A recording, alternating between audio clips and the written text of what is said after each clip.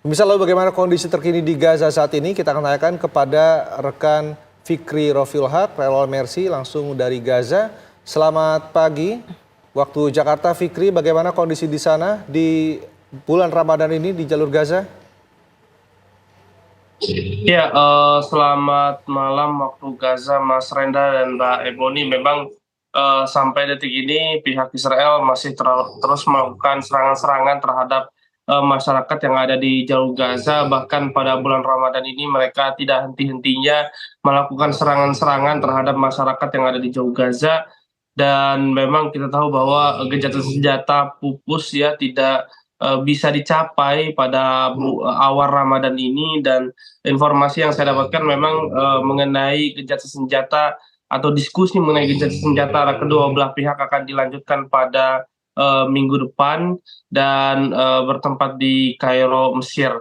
Dan memang sampai saat ini juga pihak Israel melakukan 7 pembantaian terhadap titik-titik yang ada di Jalur Gaza, sehingga terdapat 67 warga yang meninggal akibat insiden tersebut, dan juga 106 lainnya mengalami luka-luka. Sedangkan korban yang dirilis oleh Kementerian Kesehatan Palestina sejak 7 Oktober lalu sampai hari ini terdapat 31.112 warga yang meninggal, di mana di antara mereka 13.400 lebih dari kalangan anak-anak dan juga 9.000 lebih dari kalangan wanita, serta 364 tim medis dan juga 133 jurnalis yang ikut menjadi target sasaran Israel sejak 7 Oktober lalu. Dan korban saat ini korban luka-luka sudah mencapai angka 72.760, dan sekali lagi didominasi oleh anak-anak dan juga perempuan. Dan saat ini masih ada ribuan warga atau 7.000 warga yang masih di bawah puing-puing runtuhan yang masih belum bisa dievakuasi oleh tim medis.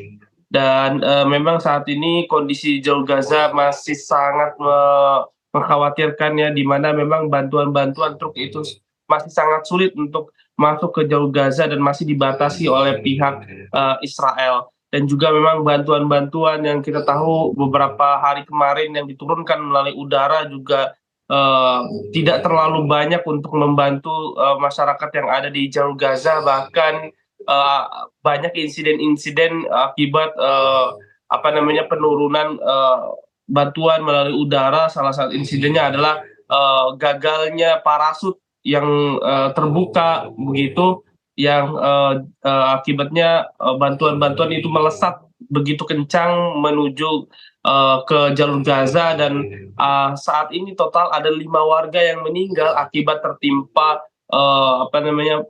bantuan-bantuan yang diluncurkan melalui langit tersebut. Dan saat ini juga memang kondisi jalur Gaza sangat-sangat mengkhawatirkan sekali, di mana memang kelaparan saat ini melanda masyarakat Gaza, dan juga krisis-krisis seperti air bersih dan juga pangan yang terus dirasakan oleh masyarakat, dan juga terutama terhadap rumah sakit yang masih beroperasi. Informasi yang saya dapatkan bahwa saat ini hanya 12 rumah sakit dari 36 rumah sakit saja yang masih beroperasi akibat kurangnya obat-obatan ataupun bahan bakar yang mereka terima, sehingga ini tentunya membuat kesulitan untuk tim medis merawat korban-korban luka maupun merawat pasien-pasien yang terjangkit penyakit menular, karena saat ini terdapat 700.000 warga yang terjangkit penyakit menular seperti diare, pusing, dan juga penyakit-penyakit lainnya seperti penyakit kulit dan juga lainnya, karena tentunya ini diakibatkan dengan kondisi di kamp-kamp pengungsian yang tidak begitu bersih begitu, dan banyak juga genangan-genangan air akibat aliran-aliran tersumbat. Dan tentunya ini membuat timbulnya penyakit-penyakit menular yang semakin hari semakin banyak yang terinfeksi oleh masyarakat yang ada di jalur Gaza, sehingga memang saat ini tim medis juga kesulitan ya, dan mereka terus bekerja 24 jam untuk merawat korban-korban.